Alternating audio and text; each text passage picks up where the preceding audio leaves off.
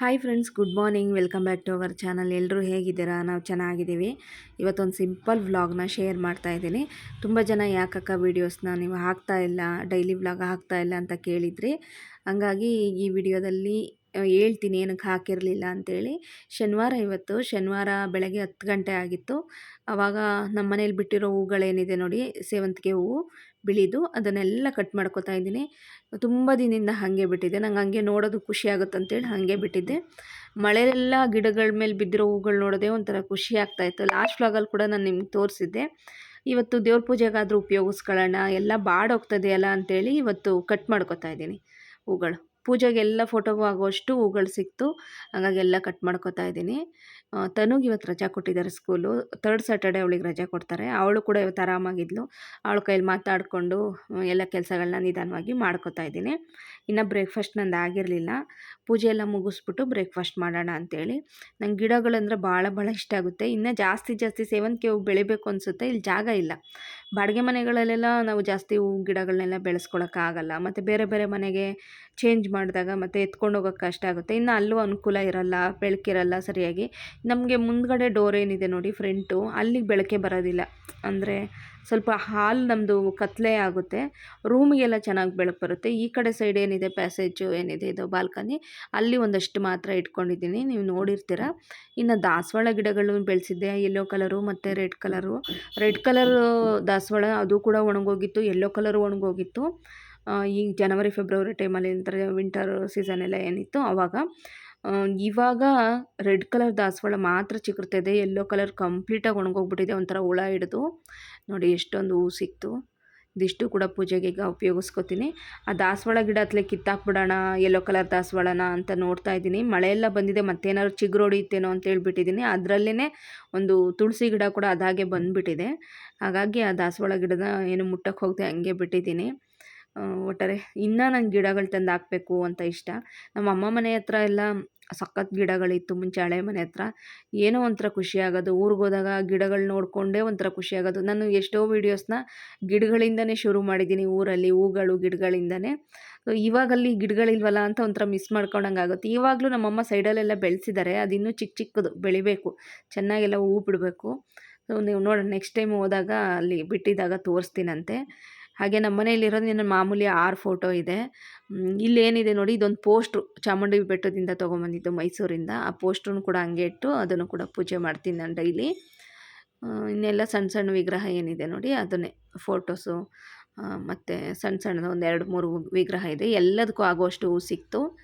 ನನಗೆ ದಿನ ಹಿಂಗೆ ಬೆಳಿಬೇಕು, ದಿನ ನಾನು ಹೂ ಕಟ್ ಮಾಡಿ ದೇವ್ರಿಗೆ ಪೂಜೆ ಮಾಡಬೇಕು, ಆ ಥರದ್ದೇ ಇಷ್ಟ ಆಗುತ್ತೆ.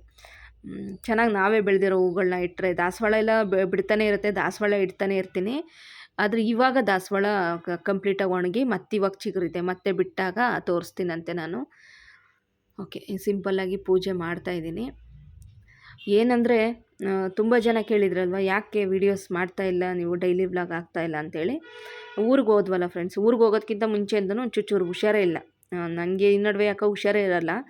ಥ್ರೋಟ್ ಬೇಗ ನನಗೆ ಇನ್ಫೆಕ್ಷನ್ ಆಗುತ್ತೆ. ಅದು ಏನಂತ ಗೊತ್ತಿಲ್ಲ. ಸ್ವಲ್ಪ ಗಂಟ್ಲು ಕಟ್ಕೊಂಬಿಡುತ್ತೆ ನನಗೆ ಜಾಸ್ತಿ. ಊರಿಗೆಲ್ಲ ಹೋಗಿ ಬಂದು ಧರ್ಮಸ್ಥಳ, ಸುಬ್ರಹ್ಮಣ್ಯ ಎಲ್ಲ ಕಡೆ, ಶೃಂಗೇರಿ ಎಲ್ಲ ಹೋದ್ವಲ್ವ. ಹೋಗಿ ಬಂದಾದಮೇಲೆ, ಊರಿಂದ ಬಂದಾದಮೇಲೆ ಥ್ರೋಟ್ ಇನ್ಫೆಕ್ಷನ್ ಆಯಿತು. ಇನ್ನು ಮನೆಯಲ್ಲಿ ಒಬ್ಬರೇ ಬಿಟ್ಟರೆ ಒಬ್ಬರೇ, ನನಗೆ ನನ್ನ ಹಸ್ಬೆಂಡ್ಗೆ ಹಿಂಗೆ ಹುಷಾರಿಲ್ದಂಗೆ ಆಯಿತು. ಅದ್ರ ಮಧ್ಯದಲ್ಲಿ ನನಗೆ ಹುಷಾರಿಲ್ದಂಗೆಲ್ಲ ಆಗ್ಬಿಡ್ತು ಅಂದ್ರೆ ನಾವು ಒಂಥರ ಮೂಡ್ ಅಪ್ಸೆಟ್ ಆದಂಗೆ ಆಗ್ಬಿಡ್ತೀವಿ. ಯಾವುದ್ರಲ್ಲೂ ಆಸಕ್ತಿ ಇರಲ್ಲ. ನನಗೆ ಬೇಗ ಹುಷಾರಾದರೂ ನನ್ನ ಹಸ್ಬೆಂಡ್ಗೆ ಬೇಗ ಹುಷಾರಾಗಲ್ಲ. ಅವರಿಗೆ ಕೆಮ್ಮು ಶೀತ ಬಂತು ಅಂದರೆ ಬೇಗ ಕಡಿಮೆನೇ ಆಗಲ್ಲ ಅವ್ರಿಗೆ. ಅವ್ರಿಗೂ ಒಂಥರ ಹಂಗೆ ಆಯಿತು. ಅದರಲ್ಲೇನೋ ಏನೇನಾದರೂ ಸಮಸ್ಯೆಗಳು ಅನ್ನೋದು ಇದ್ದೇ ಇರುತ್ತೆ. ಹಂಗಾಗಿ ನನಗೆ ವೀಡಿಯೋಸ್ ಮಾಡೋಕ್ಕೆ ಮನಸ್ಸಾಗ್ತಾ ಇರಲಿಲ್ಲ. ಇನ್ನೂ ಹುಷಾರಿಲ್ಲ ಅಂತ ವೀಡಿಯೋದಲ್ಲಿ ಹೇಳೋದು ಅದು ಅಷ್ಟು ಚೆನ್ನಾಗಿರಲ್ಲ, ಇನ್ನು ತೋರಿಸೋದು ಅಷ್ಟು ಚೆನ್ನಾಗಿರಲ್ಲ ಅಂಥೇಳಿ ನಾನು ಯಾವುದನ್ನು ವೀಡಿಯೋನ ಮಾಡಲೇ ಇಲ್ಲ. ಹಾಗಾಗಿ ವೀಡಿಯೋಸ್ ಹಾಕೋಕ್ಕಾಗಿಲ್ಲ ಫ್ರೆಂಡ್ಸ್ ಅಷ್ಟೇ.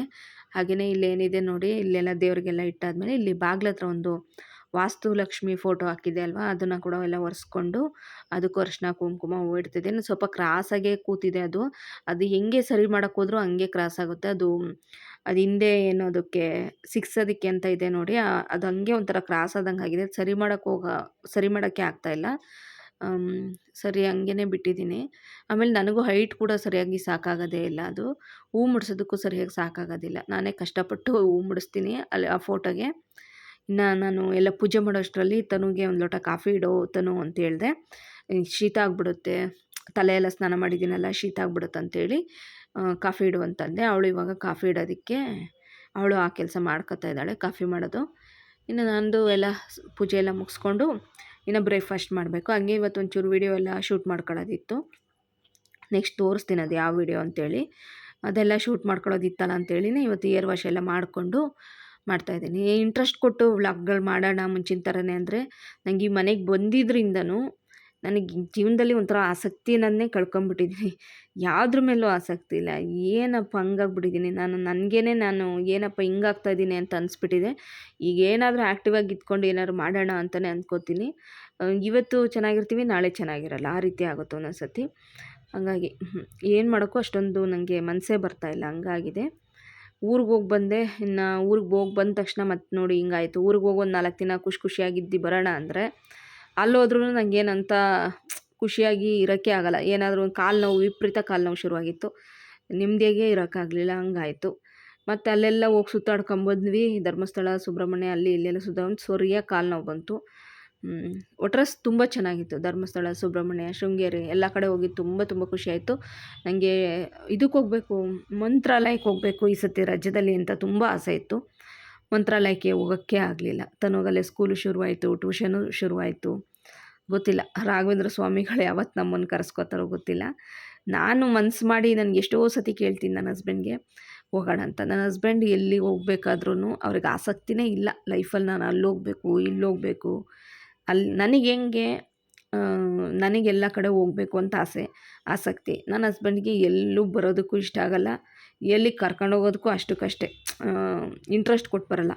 ಅದೇನೋ ಧರ್ಮಸ್ಥಳಕ್ಕೆ ನಾನು ಸ್ವಲ್ಪ ಎಲ್ಲ ಕಾಣಿಕೆ ಎಲ್ಲ ಎತ್ತಿಟ್ಟಿದ್ದೆ, ಅದನ್ನೆಲ್ಲ ಹಾಕಬೇಕಿತ್ತು ಅಂಥೇಳಿ ನಾನು ಹೋಗಿದ್ದು ಧರ್ಮಸ್ಥಳಕ್ಕೆ. ಇನ್ನು ಶೃಂಗೇರಿಗೆ ಹೋಗಬೇಕು, ಪೂಜೆ ಮಾಡಿಸ್ಬೇಕು ಅಂತಿತ್ತು. ಶೃಂಗೇರಿಗೆ ಹೋಗಿ ಬಂದಿದ್ದು. ಸುಬ್ರಹ್ಮಣ್ಯಕ್ಕೆ ಹೋಗೋದಿತ್ತು, ಹಾಗಾಗಿ ಧರ್ಮಸ್ಥಳ, ಸುಬ್ರಹ್ಮಣ್ಯ ಇದಕ್ಕೆ ರಾಘವೇಂದ್ರ ಸ್ವಾಮಿ ಇದಕ್ಕೆ ಹೋಗೋಣ ಅಂತ ಇಷ್ಟೋ ಸತಿ ಹೇಳ್ತಿದ್ದೀನಿ. ಟ್ರೈನಲ್ಲಿ ಹೋಗೋದು ಲಾಂಗು ಇದಾಗುತ್ತೆ, ಗೊತ್ತಿಲ್ದಿರೋ ಜಾಗ ಅಂತೇಳಿ ನನ್ನ ಹಸ್ಬೆಂಡ್ ಸ್ವಲ್ಪ ಹಿಂದೇಟಾಗ್ತಾಯಿದ್ದಾರೆ. ನೋಡೋಣ ಯಾವಾಗ ಅನುಕೂಲ ಆಗುತ್ತೆ ರಾಘವೇಂದ್ರ ಸ್ವಾಮಿ ದರ್ಶನ ಮಾಡೋದು, ಆವತ್ತು ಹೋಗಬೇಕು. ನನಗಂತೂ ತುಂಬ ಇಷ್ಟ ಇದೆ. ಯಾರೇ ಇನ್ಸ್ಟಾಗ್ರಾಮಲ್ಲಿ, ಯೂಟ್ಯೂಬಲ್ಲಿ ವೀಡಿಯೋಸ್ ಹಾಕಿದ್ರೂ ನೋಡ್ತಾನೆ ಇರ್ತೀನಿ. ಹೋಗಿ ಬರಬೇಕು ನಾವು ಅಲ್ಲಿಗೆ ಒಂದು ಸತಿ ಅಂತೇಳಿ. ನಮ್ಮನೆ ಫ್ಯಾಮಿಲಿಲಿ ತುಂಬ ಜನ ಎಲ್ಲ ಹೋಗಿದ್ದಾರೆ, ನಾನೇನೋ ಹೋಗಿಲ್ಲ, ಇನ್ನೂ ಕೂಡ ಒಂದು ಸತಿನೂ ನೋಡಿಲ್ಲ. ಹೋಗಬೇಕು, ನೋಡೋಣ ಯಾವತ್ತಾಗುತ್ತೆ ನೋಡೋಣ. ಇನ್ನೇನಾದರೂ ಈ ರಜಾ ಅಂತೂ ಇನ್ನೇನು ಮುಗ್ದೇ ಹೋಯ್ತು. ದಸರಾ ಹಾಲಿಡೇಸು ಅಷ್ಟೊತ್ತಿಗಾದ್ರೂ ಹೋಗುವಂಥ ಅವಕಾಶ ಸಿಗುತ್ತೇನೋ ಗೊತ್ತಿಲ್ಲ. ಪೂಜೆ ಎಲ್ಲ ಆಯಿತು. ಹಾಗೆಯೇ ಪಾರ್ಸಲ್ಲು ಯಾವುದೋ ಪಾರ್ಸಲ್ ಇತ್ತು, ಅದ್ರದ್ದು ವೀಡಿಯೋ ಮಾಡೋದಿತ್ತು. ನಾನು ಆಮೇಲೆ ಮಾಡೋಣ ಅಂಥೇಳಿ ಇವಾಗ ದೀಪ ಎಲ್ಲ ಹಚ್ಚಿದಾಯಿತು. ಹಾಗೆಯೇ ಫೋಟೋದು ಇದೇನಿದೆ ನೋಡಿ ಸ್ಟ್ಯಾಂಡನ್ನು ಒಂದು ನಮ್ಮದು 3 ಸ್ಟ್ಯಾಂಡ್ದು ಏನಿದೆ ಅದ್ರ ಮೇಲೆ ಇಟ್ಟಿದ್ದೆ. ಅದು ಯಾವಾಗಲೂ ಅಲ್ಲಾಡೋ ಥರ ಆಗೋದು, ದೇವ್ರದ್ದು ಮಂಟಪದ್ದು ಡೋರ್ ತೆಗಿಬೇಕಾದ್ರೂ ಅಲ್ಲಾಡೋದು. ಹಂಗಾಗಿ ಅಡುಗೆ ಮನೇಲಿ ಒಂದು ಸ್ಟ್ಯಾಂಡು, ಇದ್ರದ್ದು ಪ್ಲೇವುಡ್ ಸ್ಟ್ಯಾಂಡ್ ನನ್ನ ಹಸ್ಬೆಂಡೇ ಮಾಡಿಕೊಟ್ಟಿದ್ರು. ಅದು ಏನಿದೆ ನೋಡಿ ಅದನ್ನೇ ಇವಾಗ ಕೆಳಗಡೆ ಇಟ್ಟು ಅದ್ರ ಮೇಲೇ ನಾನು ಈ ದೇವ್ರದ್ದು ಮಂಟಪ ಇಟ್ಟಿದ್ದೀನಿ. ನನಗೆ ಕೆಳಗಡೆ ಇರಬೇಕು ಪೂಜೆ ಮಾಡೋಕ್ಕೆ, ನೆಮ್ಮದಿಯಾಗಿ ಕೂತ್ಕೊಂಡು ಪೂಜೆ ಮಾಡಬೇಕು. ನಂಗೆ ನಿಂತ್ಕೊಂಡೆಲ್ಲ ಪೂಜೆ ಮಾಡೋದು ಅಷ್ಟೊಂದು ಇಷ್ಟ ಆಗೋಲ್ಲ, ಕುಂತ್ಕೊಂಡು ಪೂಜೆ ಮಾಡೋಕ್ಕೆ ಇಷ್ಟ ಆಗುತ್ತೆ. ಇನ್ನು ನನಗೆ ಇದು ಜಾಗ ಅಷ್ಟೊಂದು ಸ್ಯಾಟಿಸ್ಫ್ಯಾಕ್ಷನ್ ಆಗಿಲ್ಲ. ಕರೆಕ್ಟಾಗಿ ಪೂಜೆಗೆ ಕರೆಕ್ಟಾಗಿರಬೇಕು, ಕೂತ್ಕೊಂಡು ನೆಮ್ಮದಿಯಾಗಿ ಪೂಜೆ ಮಾಡೋ ಥರ ಪೂಜೆ ರೂಮ್ ಇದ್ರೇ ಚೆಂದ ಅನಿಸುತ್ತೆ. ಆದರೂ ಇದೇನಾಗುತ್ತೆ, ಸ್ವಲ್ಪ ಹಿಂಗೆ ಬಗ್ಗಿನೇ ಅಲ್ಲಿ ದೇವ್ರಿಗೆ ಹೂ ಮುಡಿಸ್ಬೇಕಾದ್ರೆ ಎಲ್ಲದೂ ಸ್ವಲ್ಪ ಕಷ್ಟ ಥರನೇ ಆಗುತ್ತೆ. ಒಂದು ಸ್ಟೂಲ್ ಇಟ್ಕೊಂಡಿದ್ದೀನಿ ಅದಕ್ಕೆ ಅಲ್ಲೇ. ಹಾಗೆಯೇ ಕೃಷ್ಣಂಗೆ ಒಂದು ಜಾಗ ಅರೇಂಜ್ ಮಾಡಬೇಕು. ಒಂದು ಮೂಲೆಯಲ್ಲಿ ಕೃಷ್ಣನ ಕರೆಕ್ಟಾಗಿ ಕೂರಿಸಿ ಅದನ್ನು ಡೆಕೋರೇಟ್ ಎಲ್ಲ ಮಾಡಬೇಕಂತ ಇಷ್ಟ. ಆ ಪ್ಲೇಸ್ ಯಾವುದು ಸರಿಯಾಗಿ ನಂಗೆ ಅಡ್ಜಸ್ಟ್ ಆಗ್ತಾಯಿಲ್ಲ. ಪ್ಲಗ್ಗಳ ಕನೆಕ್ಷನ್ ಇರೋ ಕಡೆ ಇಲ್ಲ. ಲೈಟಿಂಗ್ಸ್ ಎಲ್ಲ ಹಾಕಬೇಕಂತ ಅನ್ಕೋತೀನಿ. ಅಲ್ಲಿ ಪ್ಲಗ್ ಕನೆಕ್ಷನ್ ಎಲ್ಲ ಮಾಡ್ಕೊಳಕ್ಕಾಗಲ್ಲ, ಅಲ್ಲೆಲ್ಲ ಪ್ಲಗ್ ಕನೆಕ್ಷನ್ ಇಲ್ಲ. ಹಂಗಾಗಿ ಕೃಷ್ಣನ ಹಂಗೇ ಈ ಒಂದು ಗೋಪುರ ಏನಿದೆ, ಇದು ಮಂಟಪ ಏನಿದೆ, ಆ ಮಂಟಪದ ಪಕ್ಕನೇ ಅಲ್ಲೇ ಇಟ್ಟಿದ್ದೀನಿ.